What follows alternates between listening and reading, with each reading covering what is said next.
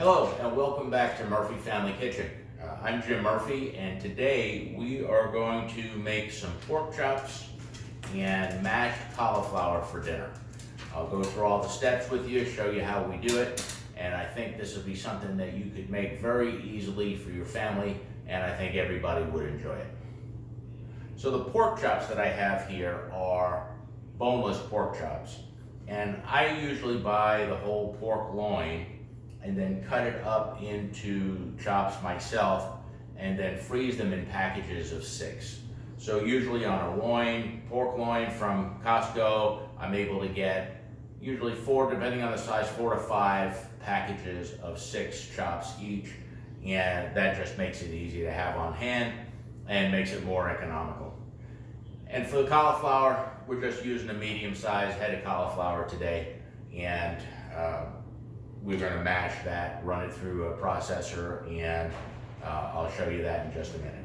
So let's go ahead and get started.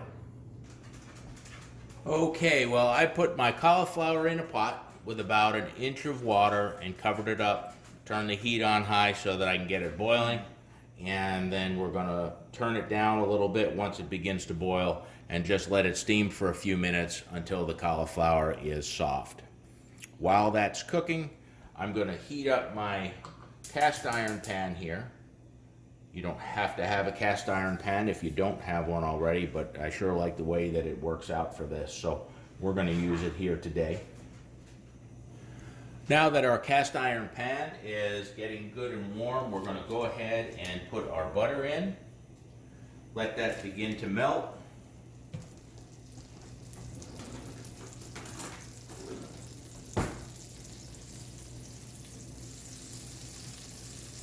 And while that's melting, I'm going to put in just a little bit, about a teaspoon of olive oil.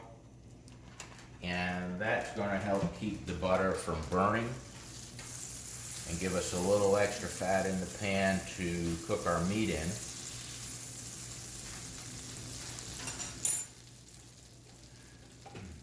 But I also want to put about a tablespoon of minced garlic in the pan. And then we're going to spread that around in the butter and let that draw some of that flavor out of the garlic. We're going to turn our heat down a little bit. We don't want it to burn. We just want to extract some of that flavor out of there. And that smells really, really good. So once we have that good and hot and the garlic smells wonderful, we're going to go ahead and place our pork chops right in the pan.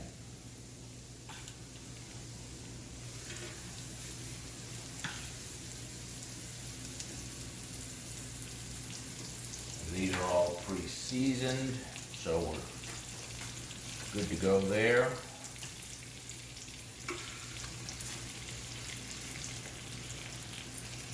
And I have just enough room for 5. I have 1 left over that we'll do later on. So we're just going to let these cook up for a little bit. Probably 4 minutes on each side, and then we'll check them for doneness. In the meantime, we're going to keep an eye on our cauliflower, and when that's ready, we will prepare the cauliflower mash.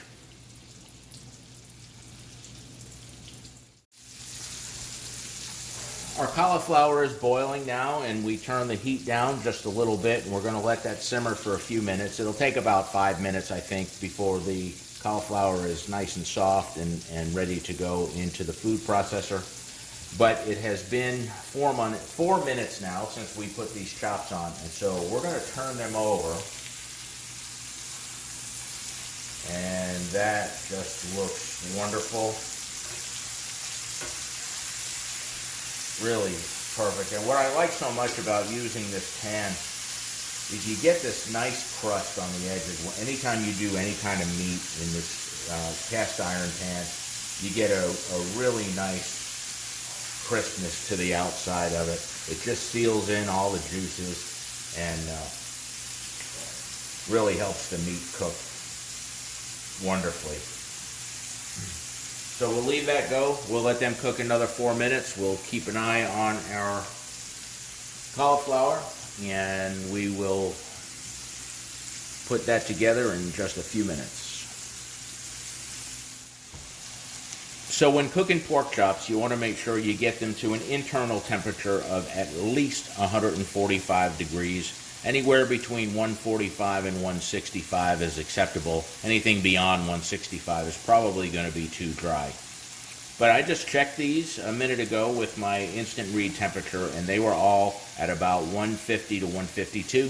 And so I'm going to turn the heat off here, and I'm going to slide my pan back off of the heat, and I'm just going to let them sit there for a few minutes because we need to make our cauliflower mash, and I want to be able to keep them warm until we're ready to eat.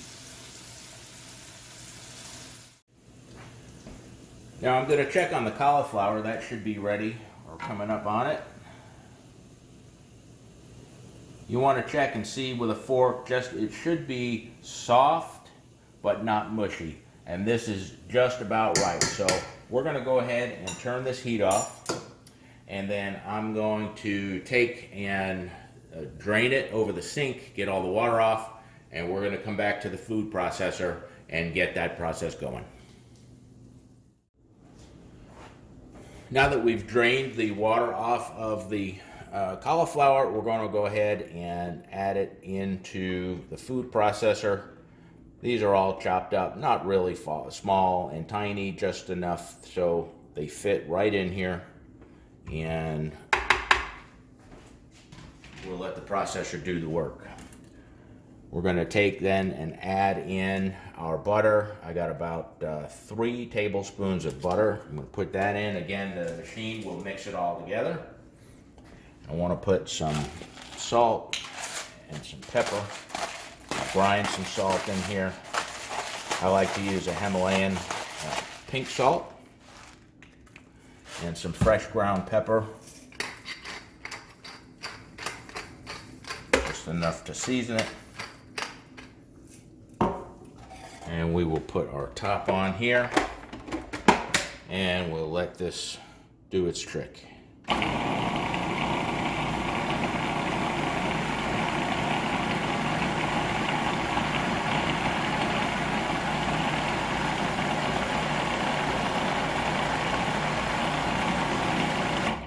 All right, so after just a minute, we're gonna take the lid off, move things around, make sure we got everything. It looks good. Sometimes you have some chunks in there. We're trying to avoid that. And so put the lid back on. We'll run it again for just a couple of seconds, and then we'll be ready to serve.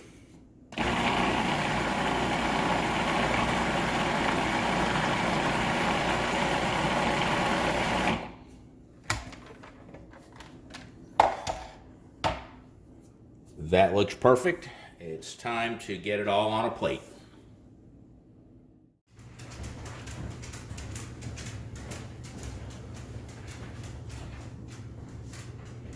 Well, this dish is ready to serve. This looks fantastic.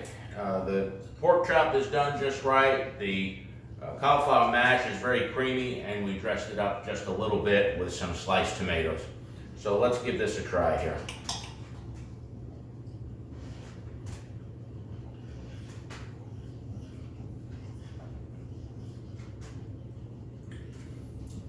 Pork chop is awesome, very moist, very tender.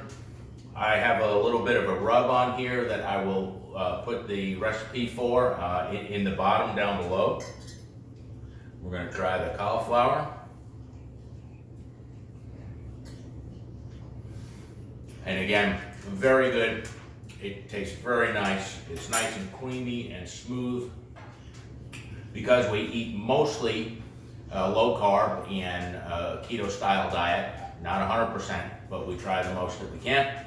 A lot of times we'll have that instead of mashed potatoes. You can make mashed potatoes if you prefer. We have cauliflower mash.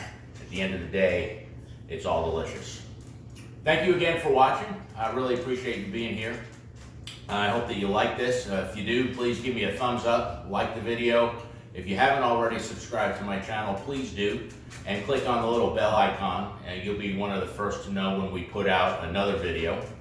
And I hope that you enjoy this. Leave me a comment, and if you have any questions, I will respond to you. Thanks again, and we'll see you next time.